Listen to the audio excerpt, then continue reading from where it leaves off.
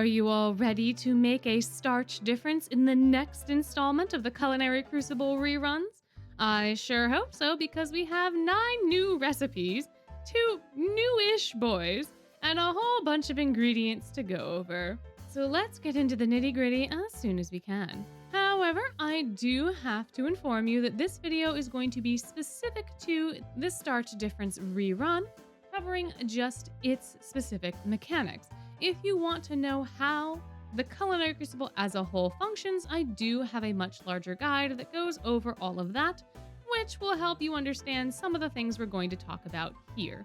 If this is your first Culinary Crucible, I highly recommend you go watch that video first. But if you don't care, or you just want the details, or you're a veteran at this event series, then stick around for our lovely recipes. In this Culinary Crucible, we have 9 lovely starchy dishes, the first of which is a sweet potato tart.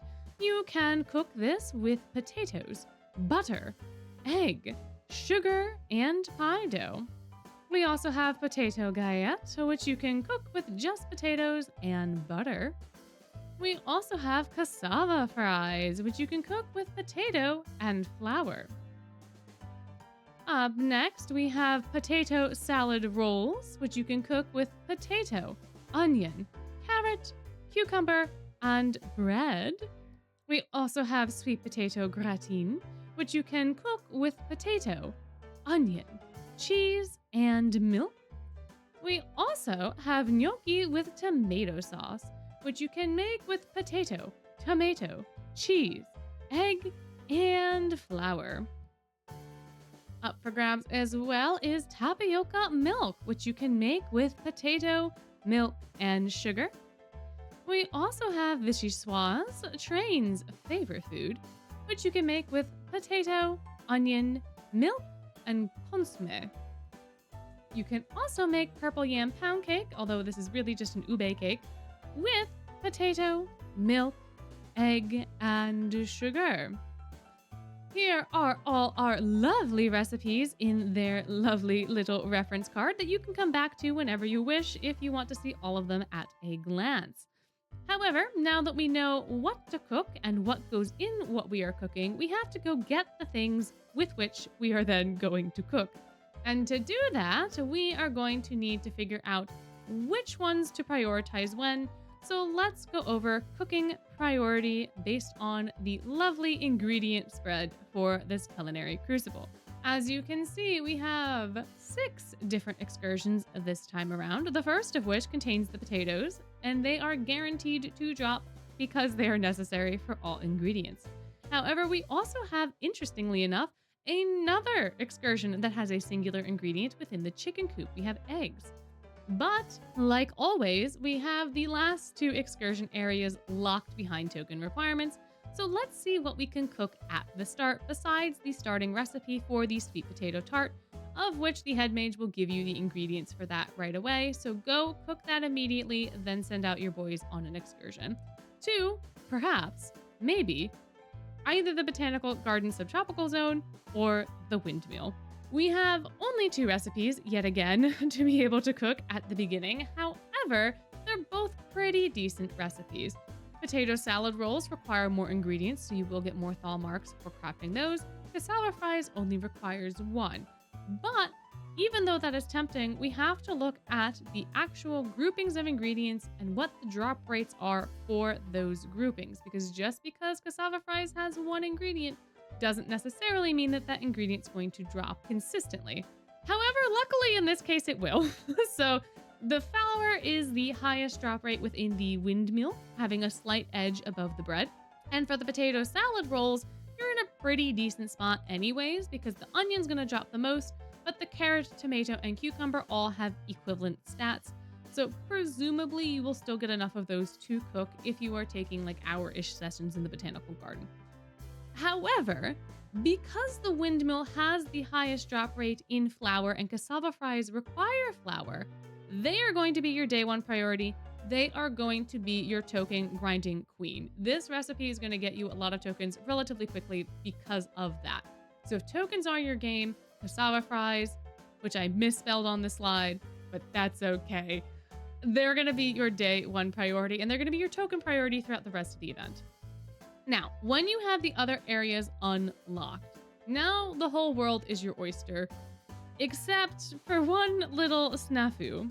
In this particular Culinary Crucible, you have to ask yourself the question, to egg or not to egg? Because that's going to determine what you do and don't prioritize. In my humblest of opinions, and this is my opinion, I would save anything that requires an egg to the last of the crucible. Because if you're trying to get those dishes cooked, you're gonna end up spending extra time at the chicken coop to get those eggs. When, during the majority of the crucible, you can be using that same time in the rest of the excursions getting all of the ingredients. Therefore, when you're in the final hours, all you have to do is spam a couple 20-minute sessions to the chicken coop to get enough eggs to then be able to craft those remaining recipes and get them 3-starred. Now, you are free to do whatever you will, but I'm going to cover the sans egg scenarios first before going to the et egg scenarios. If we discount all of the recipes that require the egg, we are left with all of the rest of the recipes that don't require the egg. From these recipes, if we look at the ingredients with the highest drop rates, we can see that recipes that require onions, flour, milk, and sugar should be prioritized, at least at the beginning, because those ones are going to get you more tokens more quickly, since those ingredients should be dropping more often.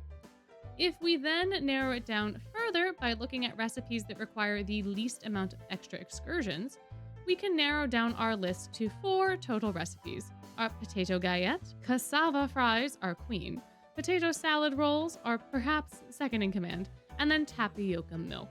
If we look at these recipes, potato galette may seem very tempting because it only requires 1 extra excursion like cassava fries. However, butter and cheese are tied within their category, with milk coming in supreme. So it's going to depend on your RNG whether or not you're going to want to grind that out initially. Potato salad rolls, as discussed previously, depending on whether or not you chose to prioritize that initially, you may have more of the vegetables on hand.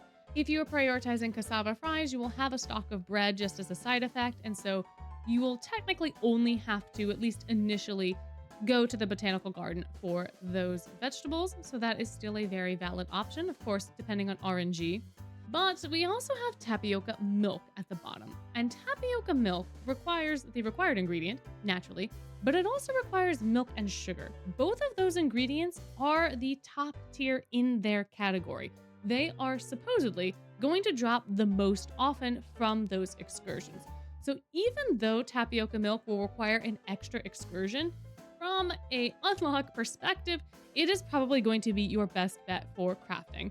Along the way, you should be getting some butter for your potato galette.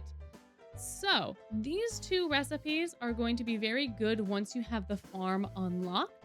You can grab some butter for potato galette up front if you wish to, or you can just continue to grind tokens until you unlock the school store with your cassava fries, and then you can go between the farm and school store to get enough stuff for tapioca milk, crafting galette when you have enough butter. In my opinion, given that tapioca milk requires those 2 different ingredients that are the highest drop rate, kind of like the cassava fries, I think that's going to be the first place for the sans egg priorities. Potato galette and the potato salad rolls are still very valid options. So if you can craft a bunch of potato galette or you can craft a bunch of potato salad rolls, more power to you. I just think tapioca milk's going to be more consistent overall. It's going to be in a similar boat to the cassava fries. So if you're looking for something that has a little bit extra thaw marks because it has that 1 extra ingredient, but you want to save time, I think tapioca milk is going to do that for you because it's going to allow you to, again, craft potato galette, and you're going to be getting cheese for the sweet potato gratin and the gnocchi with tomato sauce. So you're going to get other ingredients while you are going for tapioca milk. They are going to help you out in the long run. Plus, the school store, you're going to get the consommé for the vichyssoise and the pie crust for the tart. So it's going to be worthwhile in the end. Now, if you would like to go in on eggs because you are missing the previous Culinary Crucible that was all about eggs and you just can't let it go and you want more eggs, then your priorities are going to look a little bit different. Or perhaps you did all of the tapioca milk before, you're comfortable in those positions, and now you're just grinding out eggs at the end of the event. Either way, what do you want to start with? Well, If we look at the recipes that require eggs, we have 3 of them. Sweet potato tart, gnocchi with tomato sauce, and we have the purple yam or ube pound cake, which requires milk and sugar. Very similar to our tapioca milk situation, is it not? Because of that, I would say that the pound cake is probably going to be your best bet for crafting in this scenario. Pound cake is going to be much easier to just bang on out there, even though you require the extra egg. Sweet potato tart is then going to be your second because while you're getting milk and sugar for your tapioca milk and your pound cake, you're going to end up getting a little bit of butter. You're probably going to end up getting that pie crust like we talked about before. So the sweet potato tart is going to be an easy second for you. Unfortunately, the gnocchi with tomato sauce requires too many other things from too many other places to be a quick and easy craft. However, if you're grinding sweet potato salad rolls and you're doing some of the other excursions for the other recipes, then you're probably going to have some leftover stock from that grinding process to cook gnocchi with tomato sauce. But pound cake, first place, it's in the same exact boat as tapioca milk. It just requires eggs. Second place is going to be that sweet potato tart. So our top recipes in this Culinary Crucible are going to be your cassava fries. They are still your token queen. You're going to do tapioca milk and you're going to do ube cake. Those recipes are going to be the easiest to craft because their ingredients, theoretically, based on the ingredient spread, should be dropping the most in the excursions that you need to take. Cassava fries is going to cost you the least amount of time possible. Tapioca milk will be a close second. And then ube cake will be the longest, technically because of the eggs, for the easy, repeatable, craftable recipes. Now, to cook these things, you're going to need some boys. You're going to need some boys to get the ingredients. You're going to need the boys to cook the food. In this particular installment of the Culinary Crucible, we have Cater, who can get you some extra ingredients if you send him out on an excursion. He is a attack type card. Very fancy, very exciting. This section will look very familiar to all of those who looked at my previous guide for the previous Culinary Crucible. Because I went over all the cards in that one, I'm just going to show them on screen here and then just briefly talk about them. But you can see the information here and you can decide whether or not, if you're going off of stats, if Cater's right for you. If you're going off a favorite boy, nothing I say will matter anyway. So we're going to save all ourselves a bit of time here. So we'll go on to our next boy from Starch, the very fabulous Rook Hunt. He will also get you bonus ingredients in excursions in this specific event. He is the defense type card this time around. He has a really hefty HP stat, and he has power drain on foes on his first spell.